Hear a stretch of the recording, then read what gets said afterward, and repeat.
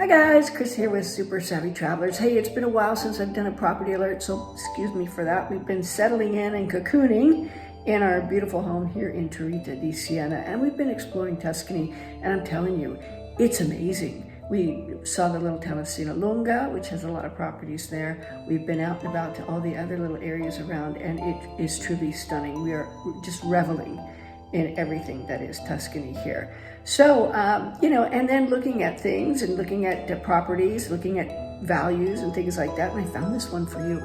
This is a country house. And usually you go, oh, country house is going to be a lot to fix it up. Well, no, most of it's been fixed up already. There's a little love that's needed. It's actually been divided into two apartments, but you could so easily turn it back into one house.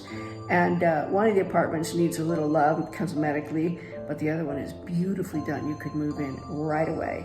And it comes with about, what did we say, 10 acres of land? There you go. Take a look.